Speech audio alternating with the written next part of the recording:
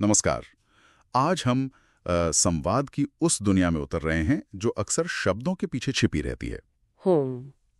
कभी सोचा है कि लोग जो कहते हैं उसका असली मतलब हमेशा वही होता है, या कैसे समझें कि कोई क्या महसूस कर रहा है या शायद पूरी बात नहीं बता रहा। हाँ, ये सवाल तो मन में आते हैं। और क्या हम बिना किसी चालाकी के ईमानदारी से दूसरों को बेहतर करने के लिए प्रेरित कर सकते हैं? बिल्कुल। इन्हीं सवालों के जवाब आज हम हेनरिक फिक्सियस की किताब the art of reading minds के कुछ अहम हिस्सों से निकालने की कोशिश करेंगे। बिल्कुल। आज की हमारी चर्चा का मकसद यही है, संवाद की इन गहरी परतों को खोलना। हम देखेंगे कि कैसे शब्दों के चुनाव से लेकर बॉडी लैंग्वेज तक हर चीज हमें कुछ न कुछ बताती है। अच्छा। हम भाषा के अनकहे संदेशों को समझने से शुरू करेंगे, फिर देखेंगे कि धोखे के संकेतों को कैसे पहचाना जाए। मतलब किसी पर शक करने के लिए नहीं, बल्कि अपनी समझ बढ़ाने के लिए। हाँ, ये जरूरी है। और अंत में बात करेंगे कि कैसे नैतिकता के दायरे में रहकर एक सकारात्मक प्रभाव डाला जाए। तो चलिए इस सफर पर निकलते हैं। देखते हैं फिक्सियस के नजरिए से हम संवाद की कला के बारे में क्या खास सीख सकते हैं जो हमारी रोजमर्रा की जिंदगी में काम आए। तो फिक्सियस की एक बड़ी दिलचस्प बात से शुरू करते हैं कि लोग जो कहते हैं वो अक्सर पूरी कहानी नहीं होती। हमें शब्दों के बीच सुनने की कला, वो स्किल डेवलप करनी होगी। हाँ, ऐसा लगता है भाषा खुद ही कई राज खोल देती है अगर हम थोड़ा ध्यान दें तो। ये बिल्कुल सही है, और इसका एक बेहतरीन उदाहरण है लोगों की पसंदीदा इंद्रियों को पहचानना, सेंसरी लैंग्वेज जिसे कहते हैं। Sensory language? अच्छा। हाँ। फिक्सियस बताते हैं कि हर कोई दुनिया को थोड़ा अलग तरीके से अनुभव करता है और व्यक्त करता है। कोई देखकर, कोई सुनकर, कोई महसूस करके। जैसे कोई विजुअल यानी देखने वाला व्यक्ति शायद कहेगा, हाँ मैं देख सकता हूँ आप क्या कह रहे हैं, या ये प्लान मुझे ठीक दिख रहा है। अच्छा, हाँ, देखना। बिल्कुल। वहीं ऑडिटरी यानी सुनने वाला व्यक्ति कहेगा, ये बात सुनने में सही लगती है, या मैं आपकी बात सुन रही हूँ। सुनना, ओके। और किनेस्थेटिक यानी महसूस करने वाला व्यक्ति कहेगा, मुझे लगता है ये सही है, या ये बात मुझे ठीक नहीं लग रही। लगना, महसूस होना। हाँ, और कमाल की बात यह है कि जब हम अनजाने में भी उनकी उस खास इंद्रिय वाली भाषा का इस्तेमाल करते हैं तो कनेक्शन लगभग तुरंत बन जाता है। उन्हें लगता है हम वाकई समझ रहे हैं। वाह, ये तो ऐसा है जैसे उनकी फ्रीक्वेंसी पर ट्यून इन करना। और फिक्सियस रूप को मेटाफर्स की भी बात करते हैं। जैसे कोई कहता है मैं काम में डूबा हुआ हूँ, या मैं सिचुएशन में फंस गया हूँ। ये सिर्फ कहने के तरीके तो नहीं है ना? बिल्कुल नहीं। फिक्सियस इन्हें किसी की मन की हालत का एक तरह से नक्शा मानते हैं। नक्शा? अच्छा। हाँ, ये रूपक उनकी अंदरूनी भावनात्मक सच्चाई को दिखाते हैं। जब कोई कहता है मैं फंसा हुआ महसूस कर रहा हूँ, तो सिर्फ ये कहने के बजाय कि कोई बात नहीं, अगर हम कहें ये सुनने में वाकई मुश्किल लग रहा है कि आप फंसा हुआ महसूस कर रहे हैं, क्या हम मिलकर देख सकते हैं कि आगे बढ़ने का रास्ता कैसा दिख सकता है? तो हमने न सिर्फ उनके रूपक को समझा, बल्कि शायद समाधान के लिए एक विजुअल रूपक भी दे दिया। ये सहानुभूति दिखाने का एक बहुत गहरा तरीका है। ये तो बहुत शक्तिशाली है। शब्दों के पीछे की भावना तक पहुंचना। और छुपी हुई मान्यताओं, प्रीसपोजिशंस के बारे में क्या? वो बातें जो लोग सीधे नहीं कहते पर उनके वाक्यों में छिपी होती हैं। हाँ। जैसे मुझे प्रमोशन क्यों नहीं मिलेगा, इसमें शायद ये छिपा है कि मैं इसके लायक नहीं हूं। ऐसा कुछ पलों में, शिकायतों में या टिप्पणियों में सामने आती हैं। मेरी बात कोई सुनता ही नहीं के पीछे शायद ये विश्वास हो कि मैं शायद महत्वपूर्ण नहीं हूं। ये मान्यताएं अनजाने में उनके व्यवहार और उनके फैसलों को चलाती हैं। इन्हें पहचानना हमें ये समझने में मदद करता है कि वो व्यक्ति दुनिया को किस नजरिए से देख रहा है। तब हम ज्यादा समझदारी से प्रतिक्रिया दे सकते हैं। और कभी-कभी जो नहीं कहा जाता, चुप्पी या हिचकिचाहट, वो भी बहुत कुछ कह जाती है जब शब्द कम पड़ जाएं या जानबूझकर इस्तेमाल ना किए जाएं। निश्चित रूप से फिक्सियस इसे भी भाषा का ही एक हिस्सा मानते हैं।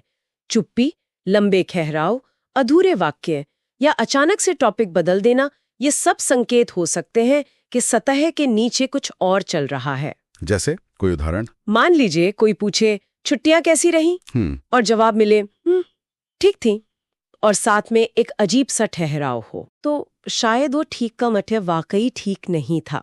इसी तरह जब किसी के शब्दों और शारीरिक हावभाव में तालमेल न हो, जिसे फैक्शियस इनकॉन्ग्रुएंस कहते हैं, वो एक बड़ा संकेत है। हाँ, इनकॉन्ग्रुएंस। मान लीजिए कोई कहता है, हाँ मैं पूरी तरह सहमत हूँ, लेकिन उसकी बाहें कसकर बंधी हैं और वो नजरें चुरा रहा है। तो मतलब शरीर कुछ और कह रहा है और शब्द कुछ और। बिल्कुल।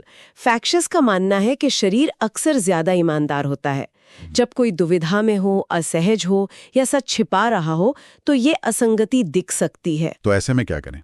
टोक दें? नहीं, टोकना या आरोप लगाना नहीं। फैक्शियस सुझाव देते हैं कि हम जिज्ञासा दिखाएं। आप कह रहे हैं कि आप सहमत हैं, पर मुझे लग रहा है कि शायद आपके मन में कुछ और भी है। क्या बताना चाहेंगे? मतलब एक खुला सवाल। हाँ, इस तरह का सवाल बचाव की दीवार खड़ी करने के बजाय बातचीत का दरवाजा खोल सकता है। तो इन सभी संकेतों को, चाहे वो शब्दों में हो, रूपकों में, छुपी मान्यताओं में या फिर चुप्पी और बॉडी लैंग्वेज में समझकर हम न सिर्फ बेहतर तरीके से सुन सकते हैं, बल्कि शायद बातचीत को ज्यादा सार्थक भी बना सकते हैं। यही इसका सार है। बिल्कुल, जब हम समझते हैं कि शब्दों के पीछे वास्तव में क्या चल रहा है, उनकी भावनाएं, उनकी मान्यताएं, उनकी पसंद की संवाद शैली, तो हम ज्यादा गहरे स्तर पर जुड़ सकते हैं। जैसे फैक्शियस के कोचिंग वाले उदाहरण में, जब कर्मचारी कहता है मैं हमेशा प्रेजेंटेशन खराब कर देता हूं, तो सीधे सलाह देने के बजाय उसकी भाषा को पकड़ना, आप महसूस करते हैं कि प्रेजेंटेशन वैसी नहीं रही जैसी आप चाहते थे, और फिर शायद पूछना, आपके लिए एक सफल प्रेजेंटेशन कैसी दिखेगी? हाँ। ये बिना प्रतिरोध पैदा किए एक नई संभावना का द्वार खोलता है। ये सिर्फ सुनना नहीं है, ये समझना है। चलिए, अब एक ऐसे विषय पर आते हैं जो थोड़ा संवेदनशील है, धोखे का पता लगाना। फैक्शियस यहाँ बहुत साफ करते हैं कि लक्ष्य किसी को पकड़ना नहीं है, बल्कि अपनी समझ और अंतर्ज्ञान को विकसित करना है। हाँ, ये समझना बहुत जरूरी है कि फैक्शियस का नजरिया जासूसी वाला नहीं है, बल्कि जागरूकता बढ़ाने वाला है। वो हमें याद दिलाते हैं कि लोग अक्सर अपनी असुरक्षाओं, डर या शर्मिंदगी को छुपाने के लिए सच को थोड़ा बदल देते हैं। कई बार झूठ खुद को बचाने का एक तरीका होता है। मैं अभी सच बोलने में सुरक्षित महसूस नहीं कर रही, इसलिए ध्यान झूठ पर कम और उस जरूरत या भावना पर ज्यादा होना चाहिए जिसे वो झूठ छिपाने की कोशिश कर रहा है। सही बात है। तो वो कौन से संकेत हो सकते हैं जिन पर ध्यान दिया जा सकता है? फैक्शियस कहते हैं कि कोई एक संकेत काफी नहीं है, बल्कि संकेतों के समूह, मतलब क्लस्टर्स पर गौर करना चाहिए। बिल्कुल। कुछ सामान्य संकेत जिन पर फैक्शियस ध्यान दिलाते हैं, उनमें शामिल है नजरें मिलाने के पैटर्न में बदलाव, या तो बिल्कुल न मिलाना या जरूरत से ज्यादा घूरना। अच्छा। कहानी में बहुत ज्यादा या बहुत कम विवरण देना, बार बार चेहरे या गर्दन को छूना, बेचैनी या एकदम स्थिर हो जाना, शब्दों और हावभाव में वही असंगति जिसकी हमने बात की, इनकॉन्ग्रुएंस। हाँ, और जवाब देने में असामान्य देरी या सवाल को दोहराना। लेकिन ये सिर्फ संभावित संकेत हैं, सबूत नहीं। और या फैक्शियस बेसलाइन व्यवहार को समझने पे बहुत जोर देते हैं ना? जी, मतलब किसी व्यक्ति का सामान्य व्यवहार कैसा होता है, पहले वो जानना। ये सबसे ज्यादा जरूरी है। बिल्कुल, अगर हम किसी का सामान्य व्यवहार नहीं जानते तो हम बदलावों को कैसे पहचानेंगे? सही बात है। कुछ लोग स्वाभाविक रूप से ही ज्यादा हाथ हिलाते हैं, कुछ कम नजरें मिलाते हैं, कुछ बोलने से पहले सोचते हैं। ये उनका बेसलाइन है। फैक्शियस कहते हैं कि पहले देखो कि व्यक्ति आराम की स्थिति में कैसा व्यवहार करता है। ठीक है। फिर जब आप कोई संवेदनशील विषय छेड़ते हैं तो देखें कि क्या उस बेसलाइन से कोई विचलन, कोई डिविएशन होता है। वही विचलन आपका सुराग है, ना कि सिर्फ कोई एक व्यवहार। समझ गया। एक और दिलचस्प बिंदु है भावनात्मक अलगाव, इमोशनल डिस्कनेक्ट। जब कोई दुखद कहानी सुना रहा हो पर उसके चेहरे पर कोई भाव ना हो या हल्की सी मुस्कान हो, ये तो काफी अजीब लग सकता है। हाँ, ये एक मजबूत संकेत हो सकता है, क्योंकि फैक्शियस के अनुसार दिमाग के लिए एक ही समय में झूठी कहानी गढ़ना और उससे मेल खाती झूठी भावनाएं दिखाना बहुत मुश्किल होता है। अच्छा। हाँ, अक्सर भावनाएं कहानी का साथ नहीं दे पाती या कहानी भावनाओं से मेल नहीं खाती। अगर आपको ऐसा कुछ महसूस हो तो ये ध्यान देने लायक है। और कुछ खास तरह के शब्द या वाक्यांश भी ध्यान खींच सकते हैं, जैसे कोई बार बार कहे ईमानदारी से कहूं तो, या सच बताऊं तो। हाँ, फैक्शियस बताते हैं कि जब कोई ईमानदारी पर जरूरत से ज्यादा जोर देता है तो कभी-कभी वो असल में आपको यकीन दिलाने की कोशिश कर रहा होता है। इसी तरह रक्षात्मक सवाल, जैसे मैं आपसे झूठ क्यों बोलूंगा, या जवाब देने से पहले सवाल को शब्दशः दोहराना ताकि सोचने का समय मिल जाए, ये भी ध्यान देने योग्य पैटर्न हो सकते हैं। लंबे या अजीब ठहराव या अचानक विषय बदलना भी संकेत दे सकते हैं। और अपनी गट फीलिंग? अंतरात्मा की आवाज, फेक्शियस इस पर कितना भरोसा करने को कहते हैं? बहुत। फेक्शियस इसे हमारे सबसे शक्तिशाली डिटेक्टरों में से एक मानते हैं। कभी कभी हमें बस अंदर से लगता है कि कुछ ठीक नहीं है, भले ही हम उंगली ना रख पाएं कि क्या। हाँ, होता है ऐसा। ये हमारा अवचेतन मन हो सकता है जो उन सूक्ष्म संकेतों, चेहरे के क्षणिक भावों, आवाज के हल्के उतार चढ़ाव, ऊर्जा में बदलाव को पकड़ रहा है, जिन्हें हमारा चेतन मन नजरअंदाज कर देता है। फेक्शियस कहते हैं कि अपनी गट फीलिंग को सबूत ना माने, लेकिन उसे एक सिग्नल जरूर माने कि आपको और ध्यान से देखने और सुनने की जरूरत है। तो अगर हमें लगे कि शायद कोई सच नहीं बोल रहा, तो फेक्शियस का सुझाव सीधे टकराव का, कॉन्फ्रंटेशन का नहीं है। बिल्कुल नहीं। टकराव या आरोप लगाने से व्यक्ति और ज्यादा रक्षात्मक हो जाएगा। फेक्शियस का पूरा जोर एक सुरक्षित माहौल बनाने पर है, जहां सच्चाई बाहर आ सके। सुरक्षित माहौल? हाँ।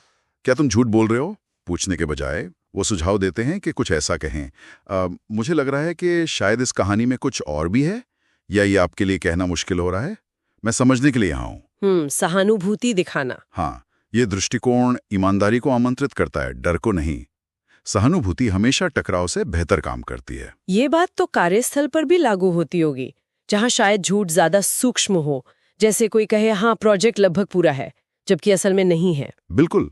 कार्यस्थल पर संकेत थोड़े अलग हो सकते हैं। फेक्शियस अति क्षतिपूर्ति, मतलब ओवर कॉम्पेंसेशन पर ध्यान देने को कहते हैं। असुरक्षा छुपाने के लिए जरूरत से ज्यादा आत्मविश्वास दिखाना। अच्छा। या फिर विक्षेपण, डिफ्लेक्शन, ध्यान भटकाना या दूसरों पर दोष मारना। और अस्पष्टता, वेगनेस, विवरण देने से कतराना। यहाँ भी रणनीति टकराव की नहीं बल्कि स्पष्टता मांगने की है। अच्छा, लगभग पूरा का मतलब क्या है, या अगले कदम क्या हैं, या इसमें क्या चुनौतियां आ रही हैं? हाँ, सही सवाल पूछना। ऐसे सवाल बिना आरोप लगाए ज्यादा जानकारी हासिल करने में मदद करते हैं। और अंत में एक जरूरी बात जो फेक्शियस याद दिलाते हैं, हर झूठ का सामना करना या उसे उजागर करना जरूरी नहीं होता। बिल्कुल। कभी कभी लोग खुद को या दूसरों को बचाने के लिए छोटे मोटे झूठ बोलते हैं, कभी वे अपनी सच्चाई का सामना करने के लिए तैयार नहीं होते। हमारा लक्ष्य हमेशा सच का पता लगाना या किसी को गलत साबित करना नहीं होना चाहिए। समझ, सहानुभूति और यह विवेक कि कब बोलना है और कब मौन रहना है, यही ज्यादा महत्वपूर्ण है। ठीक है, अब आते हैं तीसरे हिस्से पर, प्रभाव डालना, इन्फ्लुएंस, लेकिन बिना चालाकी के, बिना मैनिपुलेशन के। फेक्शियस कहते हैं कि हम सब अनजाने में एक दूसरे को प्रभावित करते ही रहते हैं। सवाल यह है कि क्या हम इसे सचेत रूप से, नैतिक तरीके से कर सकते हैं? ये एक बहुत ही महत्वपूर्ण अंतर है। फेक्शियस के अनुसार मैनिपुलेशन दूसरों की कीमत पर अपने स्वार्थ के लिए होता है, अक्सर धोखे या दबाव से, जबकि नैतिक प्रभाव का मतलब है किसी को सकारात्मक दिशा में प्रेरित करना, उनके विचारों या भावनाओं का सम्मान करते हुए, उनकी भलाई को ध्यान में रखते हुए। यह एक कौशल है जो विश्वास और आपसी समझ पर आधारित है। तो इस नैतिक प्रभाव की नींव क्या है? अगर हमें किसी को प्रेरित करना है या किसी की मदद करनी है, तो शुरुआत कहाँ से करें? फेक्शियस कहते हैं नींव है कनेक्शन और विश्वास, ट्रस्ट। लोग तर्क से ज्यादा उस व्यक्ति पर भरोसा करते हैं जिसके साथ वे सुरक्षित और समझा हुआ महसूस करते हैं। हाँ, ये तो है। जैसा कि फेक्शियस लिखते हैं, आपकी प्रभाव डालने की क्षमता उसी क्षण शुरू होती है जब कोई आपकी उपस्थिति में सुरक्षित महसूस करता है। सुरक्षित महसूस करता है। हाँ, और ये सुरक्षा कैसे बनती है?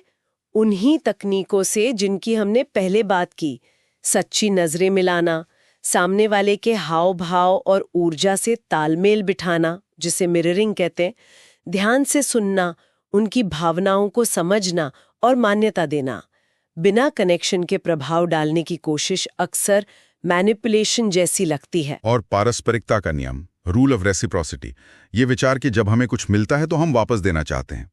फेक्शियस इसे कैसे देखते हैं? इसे फेक्शियस मानव व्यवहार की एक बुनियादी, एक फंडामेंटल शक्ति मानते हैं। अगर आप किसी को सकारात्मक रूप से प्रभावित करना चाहते हैं तो पहले कुछ दें, सच्ची तारीफ, मदद का हाथ, कोई उपयोगी जानकारी या बस अपना पूरा ध्यान। जब कोई व्यक्ति आपसे मूल्य या समर्थन पाता है तो वो स्वाभाविक रूप से आपके विचारों और सुझावों के प्रति ज्यादा खुला हो जाता है। ये लेन देन स्वार्थ का नहीं बल्कि उदारता का होना चाहिए।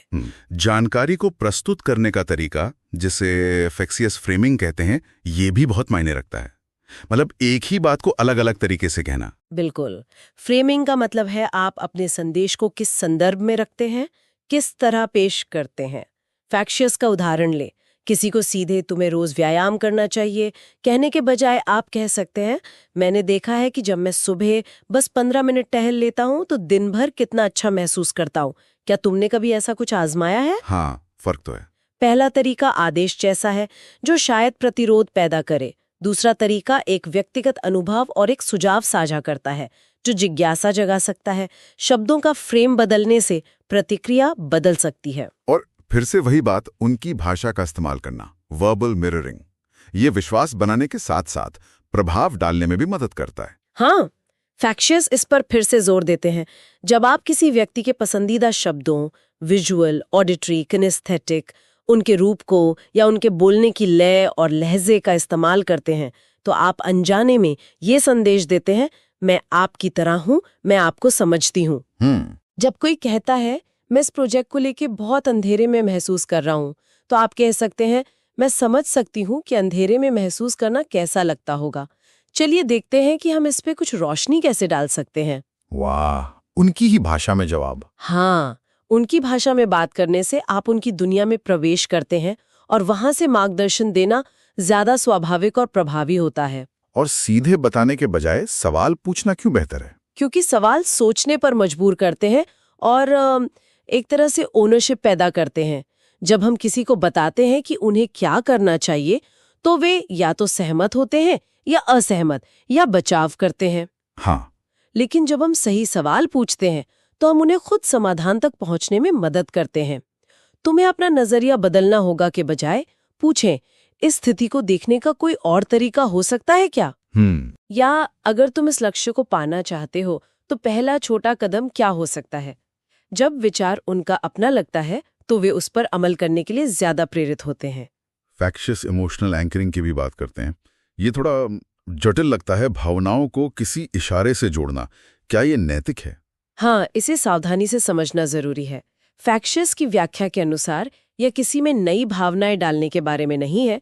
यह किसी व्यक्ति को उसकी अपनी सकारात्मक भावना जैसे आत्मविश्वास, शांति, खुशी को याद करने और महसूस करने में मदद करने के बारे में है।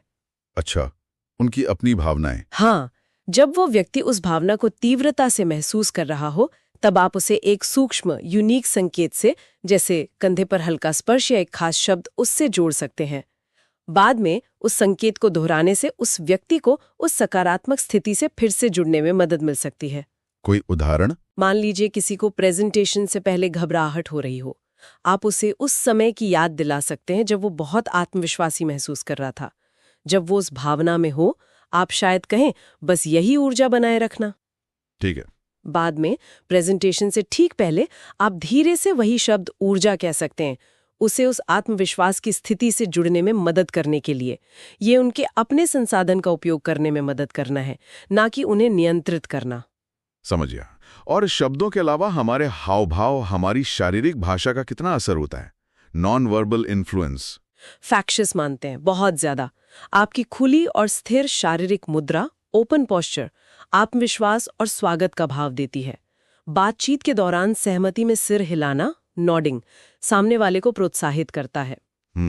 महत्वपूर्ण बात कहने के बाद एक पल रुकना, पॉज, उसे वजन देता है। और एक सच्ची मुस्कान, जेन्युइन स्माइल, तुरंत गर्मजोशी और विश्वास पैदा करती है।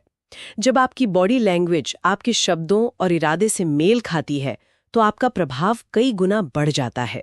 प्राइमिंग के बारे में फैक्शियस क्या कहते हैं, यानी माहौल बनाना या दिमाग को तैयार करना? प्राइमिंग का मतलब है कि आप मुख्य बात कहने से पहले जो कहते हैं वो सुनने वाले के दिमाग को उस बात को ग्रहण करने के लिए तैयार कर देता है। अच्छा। फैक्शियस का उदाहरण याद करें। अगर आप कहें, मेरा एक आइडिया है, शायद थोड़ा अजीब लगे, तो आपने सुनने वाले को उसे अजीब मानने के लिए प्राइम कर दिया है। हाँ, लेकिन अगर आप कहें, मेरे मन में एक दिलचस्प विचार आया है, सुनना चाहोगे? तो आपने जिज्ञासा और खुलेपन के लिए प्राइम किया है। तो अपनी बात की प्रस्तावना सोच समझकर चुनें। और आखिर में निश्चितता का प्रभाव, इन्फ्लुएंस ऑफ सर्टेनिटी। क्या आत्मविश्वास वाकई इतना असरदार है? फेक्शियस के अनुसार हाँ, लेकिन ये अहंकार वाला आत्मविश्वास नहीं, बल्कि अंदरूनी स्पष्टता और दृढ़ विश्वास है। कन्विक्शन। कन्वेक्शन, हाँ। जब आप जो कह रहे हैं उस पर आपको खुद गहरा यकीन होता है और आप उसे शांति और स्थिरता से व्यक्त करते हैं, तो लोग आपके शब्दों से ज्यादा आपकी उस निश्चितता को महसूस करते हैं। फेक्शियस कहते हैं कि सबसे प्रेरक लोग सबसे ऊंची आवाज वाले नहीं, बल्कि सबसे निश्चित होते हैं। ये निश्चितता अंदर से आती है, अपनी बात को लेकर स्पष्टता और उस पर विश्वास। तो आज हमने हेनरिक फिक्शियस के काम के आधार पर संवाद की कई अहम परतों को समझा। कैसे शब्दों के अनकहे अर्थों को पकड़ें, कैसे धोखे के संकेतों को समझें, वो भी बिना जजमेंटल हुए, और कैसे नैतिकता के साथ सकारात्मक प्रभाव डालें। और इन सब तकनीकों के पीछे जो मूल भावना फेक्शियस बार बार उजागर करते हैं, वो है गहरी समझ, सहानुभूति और बेहतर इंसानी जुड़ाव। ये कौशल दूसरों को नियंत्रित करने के लिए नहीं है, नहीं, बिल्कुल नहीं, बल्कि खुद को और दूसरों को बेहतर समझने के लिए है, ताकि हमारे रिश्ते और संवाद ज्यादा ईमानदार और सार्थक बन सकें। जाते जाते एक सवाल सोचने के लिए छोड़ जाते हैं। अगर हम इन सूक्ष्म संकेतों, अपनी भाषा, अपनी भावनाओं, अपनी शारीरिक प्रतिक्रियाओं पर खुद के अंदर ध्यान देना शुरू करें, तो ये हमारी आत्म जागरूकता को कितना बढ़ा सकता है? अच्छा सवाल है। और ये जानते हुए कि फ्रेमिंग और प्राइमिंग कितने शक्तिशाली हैं, हम रोज अनजाने में किस तरह अपनी और दूसरों की सोच को आकार दे रहे हैं, इस पर विचार कीजिएगा।